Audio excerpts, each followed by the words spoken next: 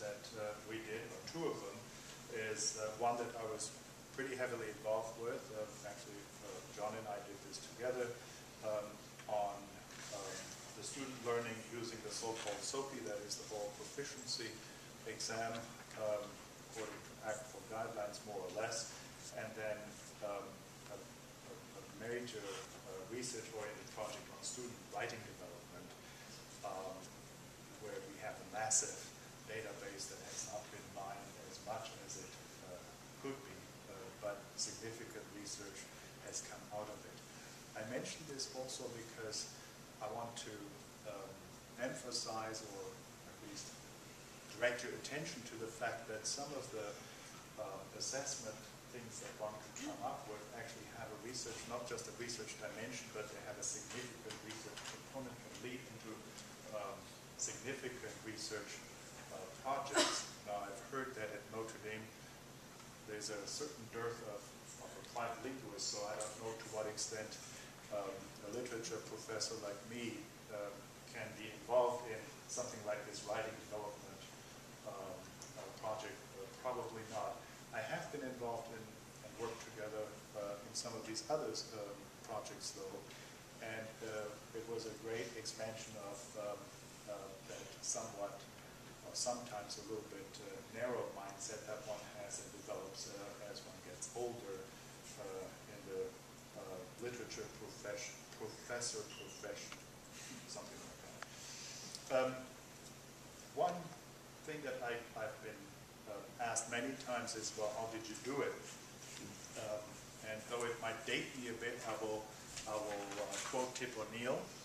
Some of you will remember him, not everybody.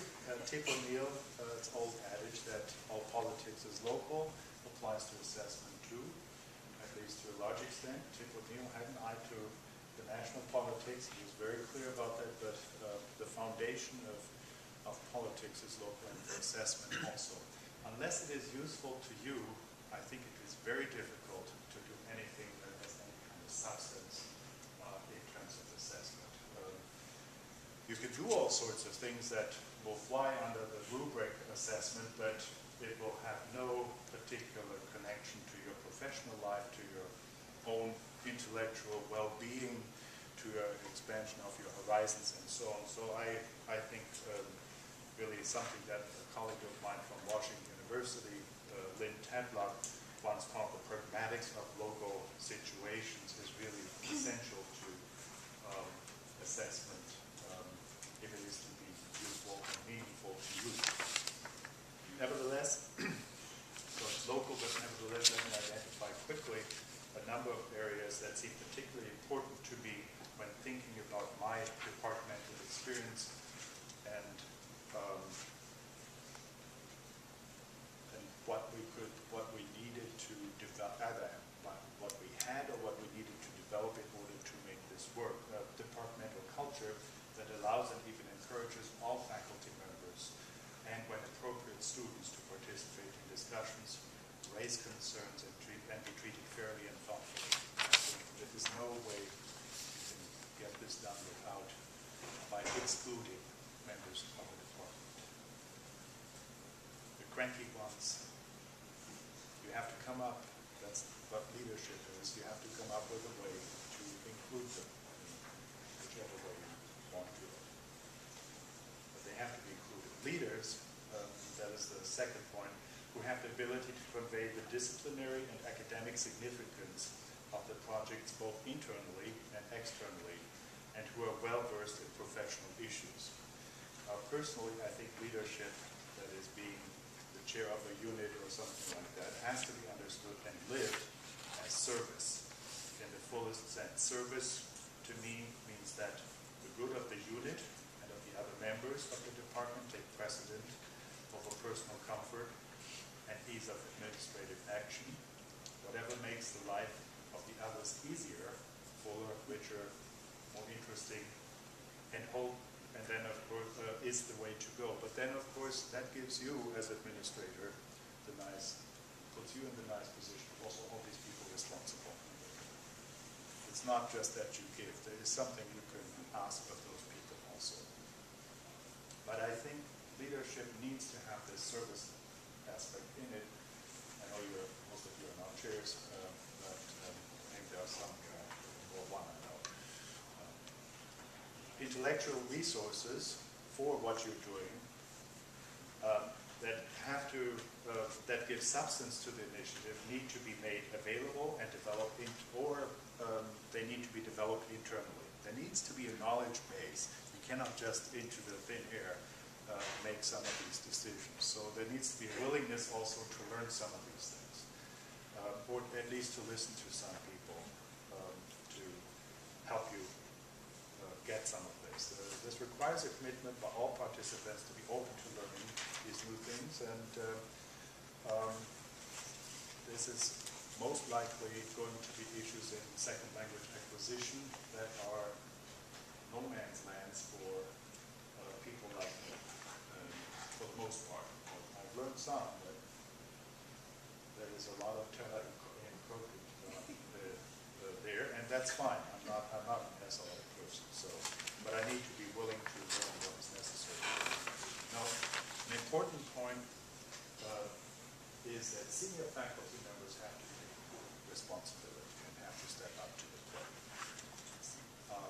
There, I think, amongst others, deans, the ones above that chair or departmental need to play a role, or they can help at least. But I think really it's an internal decision, taking that kind of responsibility.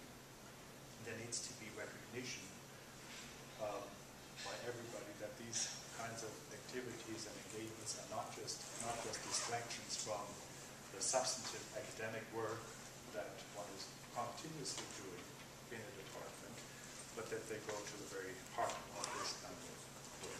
They are that.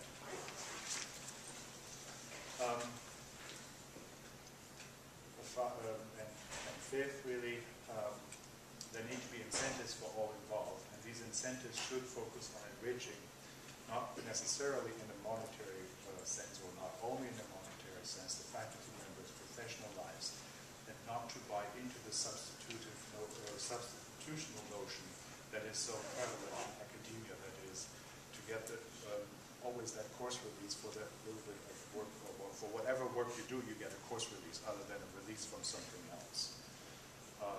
That's a sort of a strange way, I think, of thinking about this. These incentives can be monetary. For example, summer grants for various kinds of contributions or special allocations of research funding. A temporary, mutually agreed upon change in the guidelines for merit increases. We did that for 3 years, for example. It was possible, I don't know if that's possible here institutionally.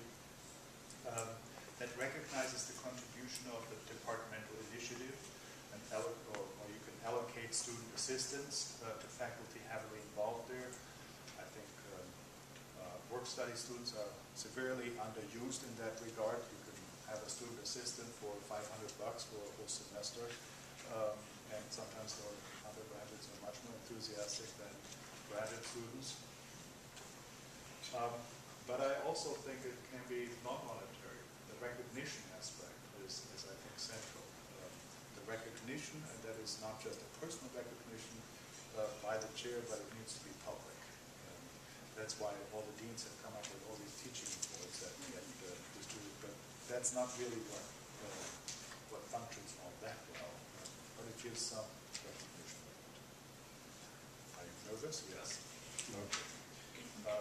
I'll leave that, and then for the rest of the discussion, if you're interested in some of